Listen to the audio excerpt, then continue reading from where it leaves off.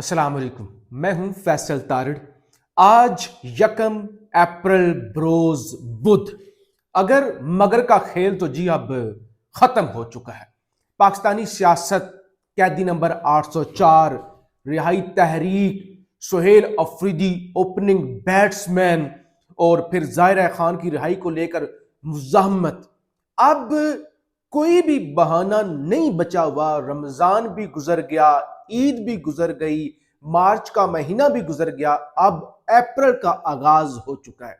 क्या अलीमा खान की जानिब से कॉल दी गई है और खास तौर पे सारी अदालतें, PTI leadership, Suhail Afridi, X Y Z को देखते हुए बिल आखिर अलीमा खान ने खुद फ्रंट फुट पर आके लड़ने का फैसला कर लिया है।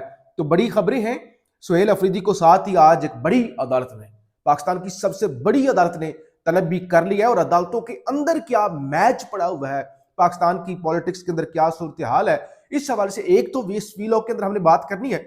सेकंड नंबर पे जो खित्ते के अंदर जंग चल रही है, क्या ये जंग खत्म होने जा रही है? क्या डोनाल्ड ट्रंप की बस हो गई है? इतने जोगा ही था ट्रंप, क्या लेट गया है डोनाल्ड ट्रंप? इस सवाल से भी इस वीलॉग के अंदर हमने बात करनी है। आपसे गुजारिश है इस यूट्यूब चैनल को जरूर सब्सक्राइब करें, वीडियो को लाइक शेयर जरूर किया करें और फीडबैक भी जरूर दिया करें। अलीमा खान की जो कॉल आई है और उनके जानब से कहा गया है कि हमने अदालत को देख लिया है, अदालतों को देख लिया है। अलीमा खान ने क्या देखना है? पूरे मुल्क ने अदालतों का हाल देख लिया है ना, और इस मुल्क के अंदर निजाम इंसाफ का भी हाल देख लिया है। एक बच्ची जो 8 सालों से घूम रही थी बेचारी नंगे पांव, उसको इंसाफ नहीं मिला। उसका बाप मारा गया, उसका दादा मारा गया, उसका चचा मारा गया, उसको इंसाफ नहीं मिला।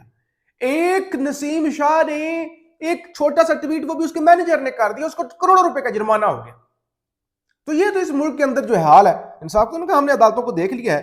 पहली बार हम कॉल दे रहे हैं, पहली बार अलीमा खान ने कहा मैं कॉल दे रही हूं, कॉल अगले मंगल को 10,000 पीटीआई ओहदेदार, वर्कर नहीं ओहदेदार, और ज़ाहिर पूरा मुल्क, जब ओहदेदारों की बात आती है 10,000 ओहदेदार, इसका मतलब पूरे मुल्क के ओहदेदार जो हैं अब इमरान खान के लिए यहां आकर बैठेंगे।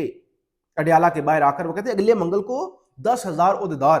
अब जब 10,000 ओहदेदार अगर अगर अगर हूं तो उनके वर्कर भी तो होंगे ना।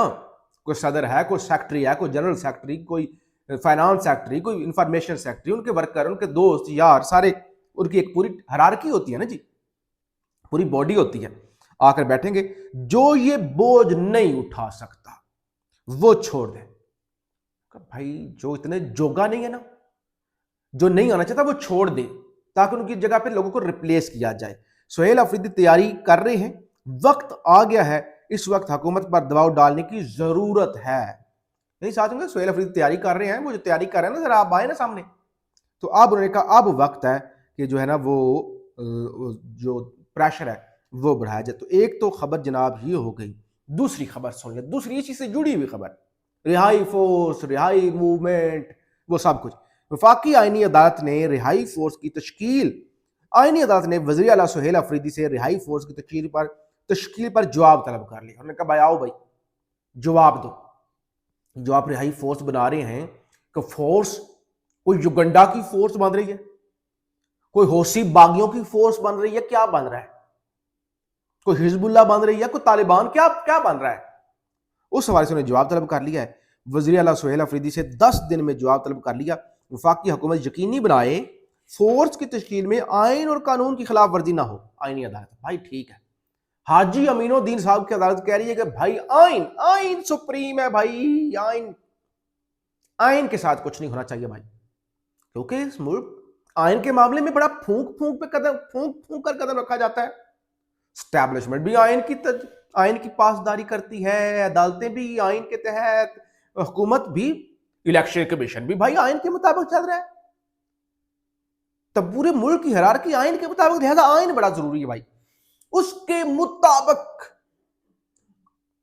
ठीक है।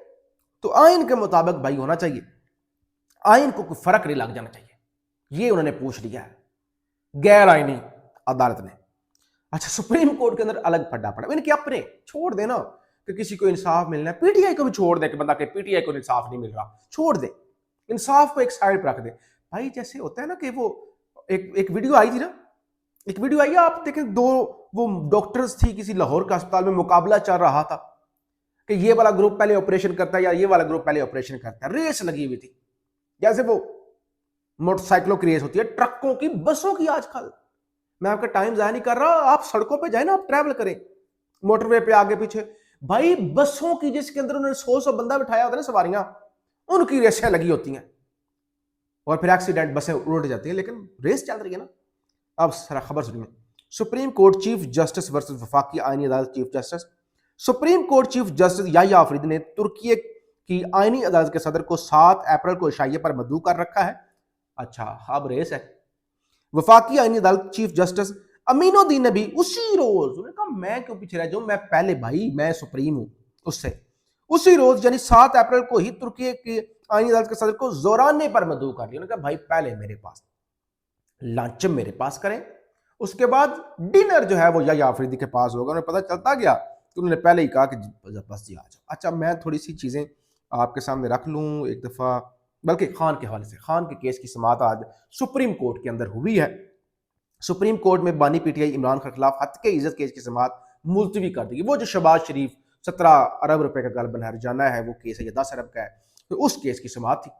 जस्टिस हाशिम काकड़ ने रिमार्क दिया कि ये एक सिविल नोयत का मुकदमा है। अदालत ने करार दिया दूसरे नजरसानी केस के फैसले तक केस मौखर रखा जाए। जस्टिस मियां गुल हसन औरंगजेब ने कहा हत्या के इज्जत के मुकदमात आमतौर पर 2 फरीकैन के दरमियान होते हैं और कानून के मुताबिक 6 माह में निपटाए जाने चाहिए। उन्होंने कहा ये 4 सालों से 5 सालों से मुकदमा चलता ही आ रहा है, ये 6 महीनों में केस निपटाना चाहिए। वकील शहबाज शरीफ ने मौकफ इख्तियार किया कि बानी पीटीआई का जवाब 4 साल बाद जमा कराया गया। उन्होंने कहा जवाब ही लेट जमा कराया। बहरहाल जरा ये रीजनल मामलात, जो खित्ते के मामलात हैं, उस तरफ आ जाते हैं। मार्को रोबियो कहते हैं कि हम जंग खत्म करने की तरफ जा रहे हैं, और साथ ही कहते हैं जब ये जंग खत्म हो जाएगी ना, फिर जो नेटो मुमालिक हमारे साथ नहीं खड़े हुए ना, फिर हम उनको देखेंगे, फिर उनके साथ हम अपनी नजर सानी जो है ना वो करेंगे। तो जंग खत्म होने की तरफ जा रही है। बल्कि एक जियो की खबर है, जंग खत्म करने को अमरीकी सदर का 2 से 3 हफ्तों में ईरान जंग से निकलने का ऐलान। वो जो बढ़ के लगा रहे थे ना, अब उस जंग से भागने की कोशिश कर रहे हैं। साथ ही ईरान का क्या मौक़िफ़ है, जंग खत्म करने को तैयार है, गारंटी दी जाए कि तनाज़ा दोबारा शुरू नहीं किया जाएगा। ये मैंने बारहा अपने वीडियो में बताया, ईरान गारंटी मांग रहा है, और गारंटी वो गालबन चाइना की मांग रहा है कि चाइना गारंटी दे। इसीलिए तो इसहाक डार भी चाइना गए, जरदारी साहब भी चाइना की एम्बेसी के अंदर 2-3 घंटे रहे, और चाइना के साथ राब्ते किए जाते हैं कि कम से कम गारंटी हो। और मैं पहले अपने वीलॉग्स के अंदर ये बात कर चुका हूं कि गारंटी जो है वो मांगी जा रही है। इटली, यूरोप जी खुलकर खड़ा हुआ है। यूरोप, स्पेन एयर स्पेस बंद की अमेरिकी जहाज़ों के लिए, जंगी जहाज़ों के लिए। कल आप खबर दी थी, इटली ने भी कर दी थी। अब इटली की जो सदर है, इटली की जो वज़ीर आज़म है जॉर्जिया मेलोनी, वो जो हंस रही थी जब शहबाज शरीफ साहब बूट पॉलिश कर रहे थे ट्रंप के पीछे, वो वाली खातून, उन्होंने कहा है कि मैं इसराइल पर सुर्ख लकीर अबूर करने का इल्ज़ाम आयद करती हूँ। उन्होंने रेड लाइन इसराइल ने क्रॉस की है। फ़लस्तीनी शहरियों के कत्लेआम की मजम्मत करती हूँ और ऐलान करती हूँ कि इटली इसराइल के खिलाफ यूरोपीय पाबंदियों की हमायत करेगा। यानी पाबंदी लगती है ना, क्योंकि देखे ना हर किसी पे लग जाती हैं। पाकिस्तान को कहा जाता है GSP+ स्टेटस, तो उनका अगर उन पर पाबंदी लगती है तो हम उनके खिलाफ खड़े होंगे और पाबंदियों की हमायत करेंगे। और ईरान की जाने से कहा गया, ईरान टॉन्ट कर रहा है ना मुसलसल, वो करे आप रजीम चेंज करना था। उन्हें बिल्कुल आप कामयाब हो गए रजीम चेंज करने में। स्टेट ऑफ हुर्मुज पर मुकम्मल रजीम चेंज है, हमारा राज है, हम जो चाहे करें, जिससे ज्यादा पैसे लें, जिसको जहाज गुजरने दें, जिसका ना गुजरने दें। आप आए थे। अच्छा, एक और खबर चलो, UAE मुत्तहिदा अरब अमारात, जिसका एग्रीमेंट तो इंडिया के साथ है, लेकिन नजरें उन्होंने पाकिस्तान से भी लगाई हुई हैं कि हमारी पाकिस्तान भी मदद करे। United Arab Emirates preparing to help the US and other allies open the strait of Hormuz by force. Wall Street Journal की खबर है कि मुत्तहिदा अरब अमारात वाले शेख कहते हैं कि अगर तो ताकत के इस्तेमाल करना है ना जंग के अंदर आने, तो हम भाई जंग के अंदर एंट्री डालें। तो ये पहला इस्लामी मुल्क है जिसने खुलकर, सऊदी अरब अगरचे तैयारियां दुनिया धमकियां शमकियां थी, पाकिस्तान पर भी जोर आ रहा था, लेकिन ये पहली दफा खुलकर UAE की जान से ऐलान किया गया है। पहले तो उन्होंने 530 अरब के एसेट्स भी फ्रीज किए ईरानियों के। तो उन्होंने कहा अगर by force, by hook and crook अगर खुलवाना है स्ट्रेट ऑफ हुर्मुज को, तो फिर हम अपनी फौजें भेजने के लिए तैयार हैं। तो ये सूरत हाल है, हम आपको रिपोर्ट करते रहेंगे पूरी तफसीर के साथ। अगले वीलॉग में मजीद इस पर बात करेंगे। फीडबैक जरूर दीजिएगा। पाकिस्तान जिंदाबाद।